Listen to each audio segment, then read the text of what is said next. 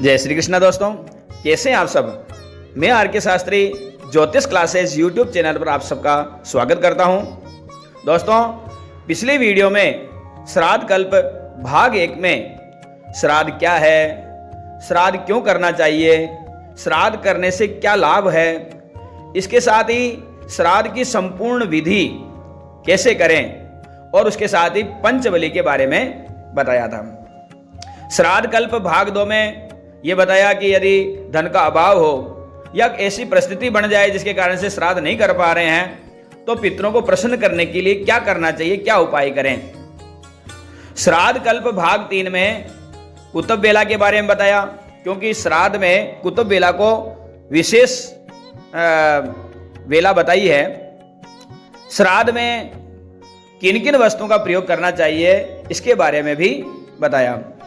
आज श्राद्ध कल्प भाग 4 में हम जानेंगे श्राद्ध में या पितृ कार्य में किन किन चीज़ों का प्रयोग नहीं करना चाहिए, क्या क्या निषेध हैं, श्राद्ध में क्या क्या विशेष सावधानियां रखनी चाहिए। तो दोस्तों, ये सब जानने के लिए इस वीडियो को पूरा अवश्य देखें। लेकिन सबसे पहले यदि मेरे इस चैनल पर आप नए हैं तो पहले इस चैनल को सब्सक्राइब अवश्य कर लें और बेल आइकन बटन को भी ऑन कर लें, जिससे नई वीडियो आते ही आपके पास मैसेज आ जाएं।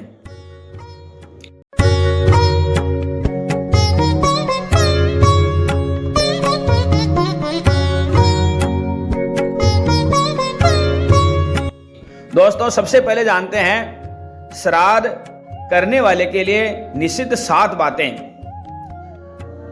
सबसे पहले श्राद्ध के दिन दंत धावन शास्त्र में निषेध बताया है।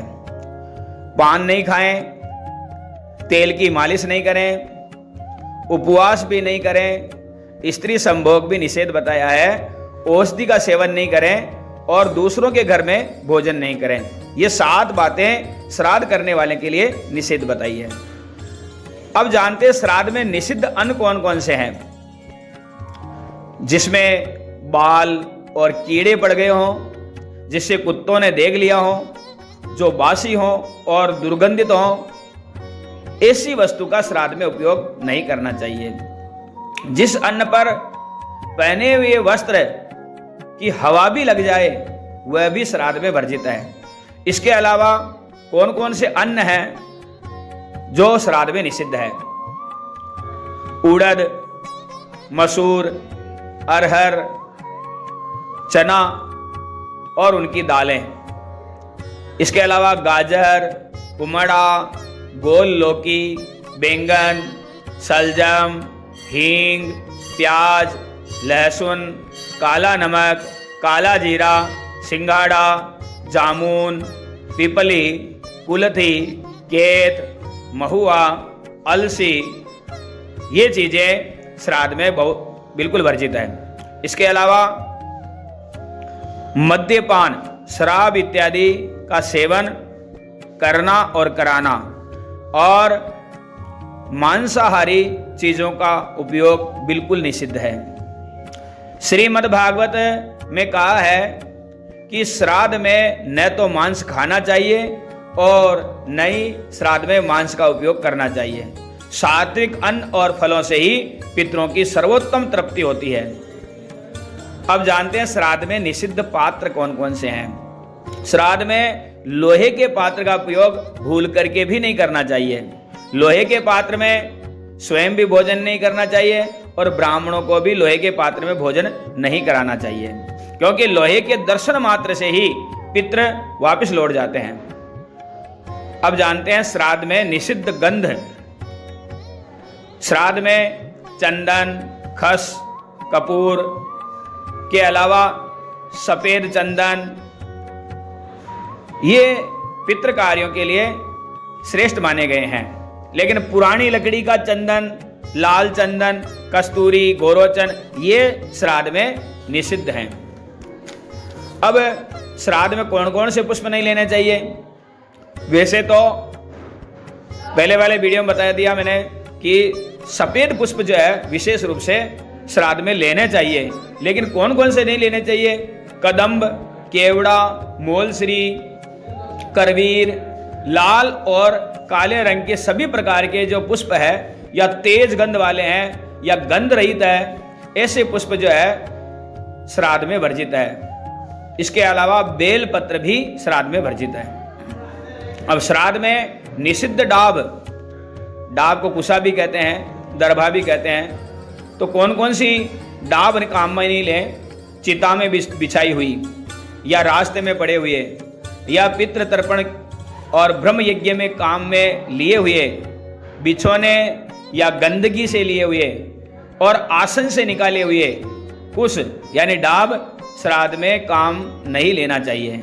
इसके अलावा पिंडों के नीचे रखे हुए और अपवित्र कुश भी श्राद्ध में निषिद्ध माने गए हैं। इनका श्राद्ध में प्रयोग नहीं करना चाहिए। अब श्राद्ध में निषिद्ध ब्राह्मण के बारे में शास्त्रों में क्या कहा है?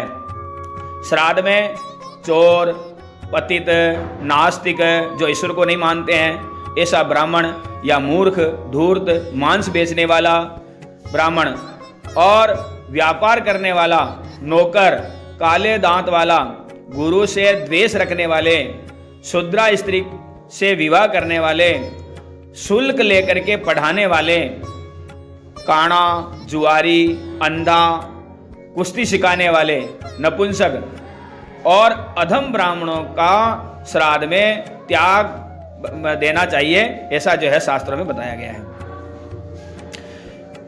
श्राद्ध में प्रशस्त ब्राह्मण कौन से हैं? कौन से ब्राह्मणों को लेना चाहिए श्राद्ध क्रम में या पितृ कार्य में? किन किन ब्राह्मणों को निमंत्रित करना चाहिए? इसके बारे में श्राद्ध प्रकाश आदि ग्रंथों में लिखा है कि जो ब्राह्मण शीलवान हो, पवित्र हो, सदाचारी हो, गायत्री का मंत्र का जाप करते हो, संध्या वंदन करने वाले हो, तप, धर्म, दया, दान, सत्य, ज्ञान, वेद ज्ञान, विद्या, विनम्रता युक्त हो और जो चोरी नहीं करने वाला हो, ऐसे ब्राह्मणों को ही श्राद्ध में निमंत्रित करना चाहिए। श्राद्ध प्रकाश आदि ग्रंथों में लिखा है तपो धर्मो दया दानम सत्यम ज्ञानम श्रुतिर्गृणः विद्या विनयम अस्तेयम एतद ब्राह्मण लक्षणम। इस प्रकार से जो ब्राह्मण के लक्षण बताए गए हैं, उन लक्षणों और उन गुणों से युक्त ब्राह्मण ही श्राद्ध क्रम में और पितृ कार्य में अधिकारी माने गए हैं। अब जानते हैं श्राद्ध में भोजन के समय किन किन बातों का विशेष ध्यान रखना चाहिए। तो दोस्तों, श्राद्ध में भोजन करते समय ब्राह्मण को मौन होकर के ही भोजन करना चाहिए। उस समय यजमान को भी चाहिए कि वो ब्राह्मण से बिल्कुल भी बात नहीं करें। भोजन में आवश्यक चीजें मांगने के लिए हाथ से ही संकेत, इशारा इत्यादि कर दें। भोजन करते समय ब्राह्मण से भोजन कैसा बना है ये भी नहीं पूछना चाहिए।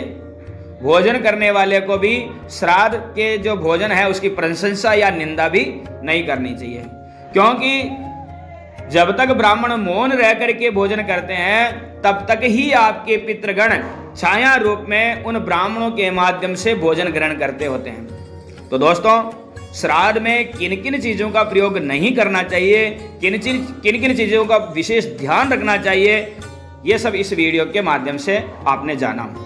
श्राद्ध के विषय में बहुत ही इंपॉर्टेंट बातें हैं, अगली वीडियो में मैं लेकर के आ रहा हूँ, अवश्य देखें। वीडियो अच्छा लगा हो तो लाइक करें, अधिक से अधिक शेयर करें। मिलते हैं अगली वीडियो में। धन्यवाद। जय श्री कृष्ण।